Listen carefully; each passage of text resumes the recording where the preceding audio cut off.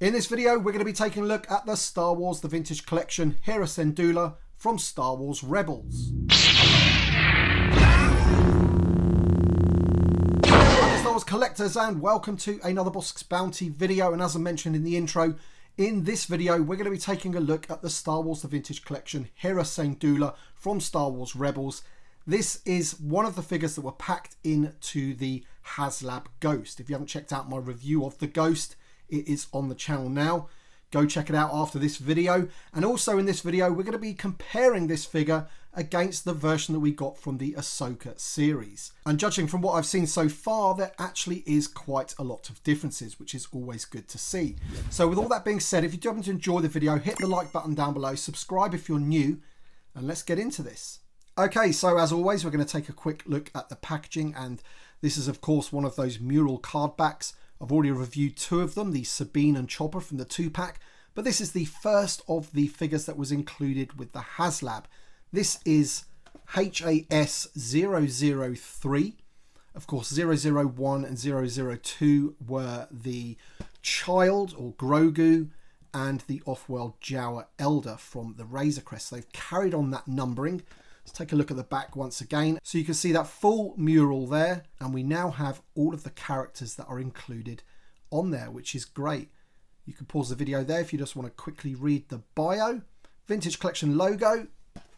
And as I said in my Ghost review, opening these figures is a difficult thing to do, I must admit, because they are glorious card backs. They're on the thicker cardstock, they're unpunched, they're in immaculate condition. But when I first backed the Ghost, I did like the look of the figures, and I do want them loose in my collection to go with the Ghost.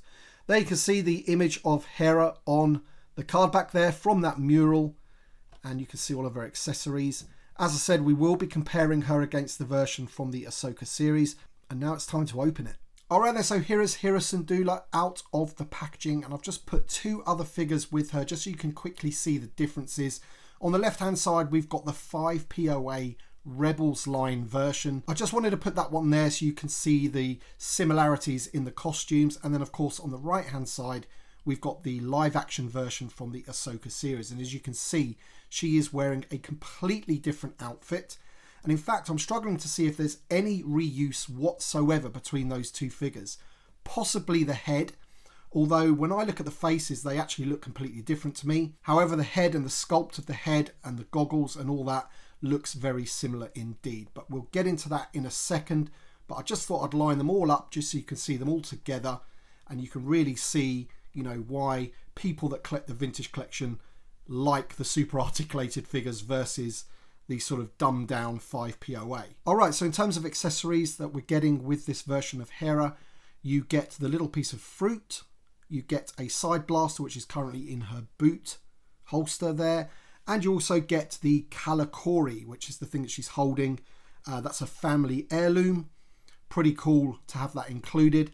It's a brown piece of plastic. It does have a few paint applications on there, 3 little pieces of blue, just to add to some of the detail because it is quite a nicely sculpted piece. So there you are, there they are together, and we'll take a closer up look now at the Rebels version of Hera.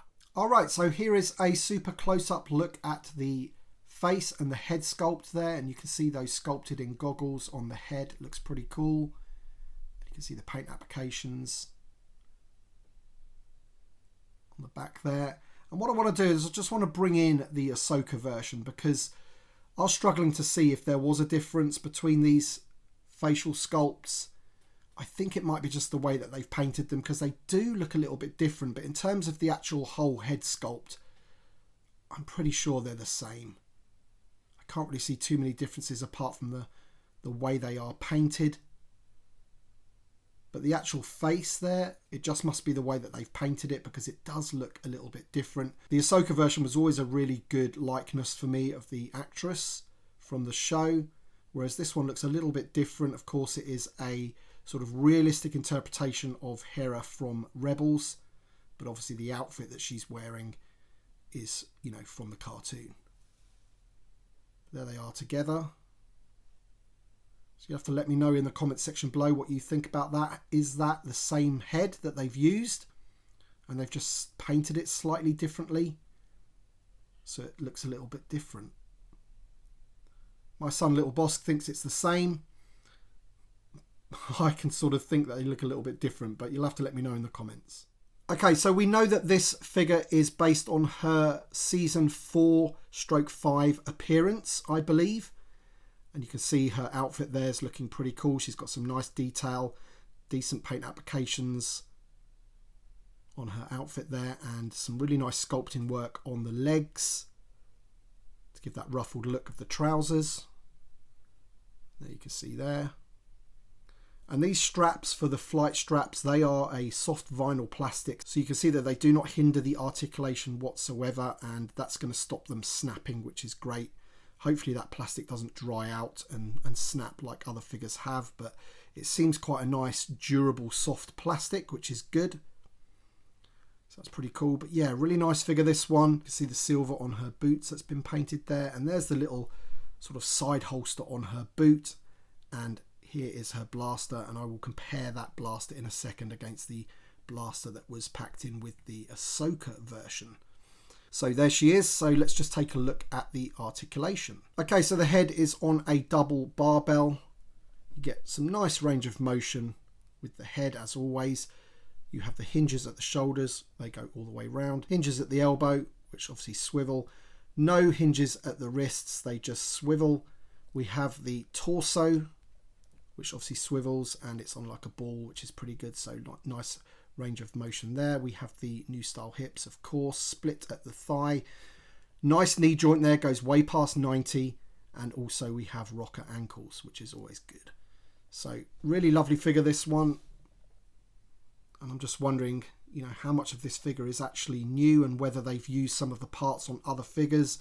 I'm struggling to think of any that they have at present. Obviously, it doesn't mean that they can't in the future, but certainly when we're looking at the Ahsoka version, there is very little that they've sort of shared between the two there, because the trousers are completely different, the boots are different. The Ahsoka version has the holster on the side of her leg rather than on the boot. So completely different belt. She's got the jacket. So it's literally just that head sculpt there, I think. And maybe even the hands. Maybe they've shared the hands. But even the arms are different. I did check. The hinges are slightly different and everything. So there you go. There's your two.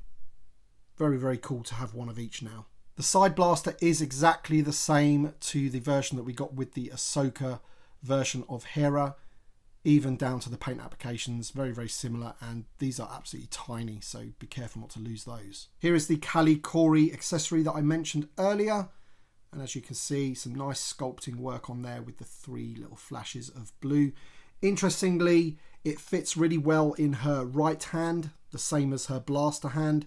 This hand here really isn't designed to hold anything.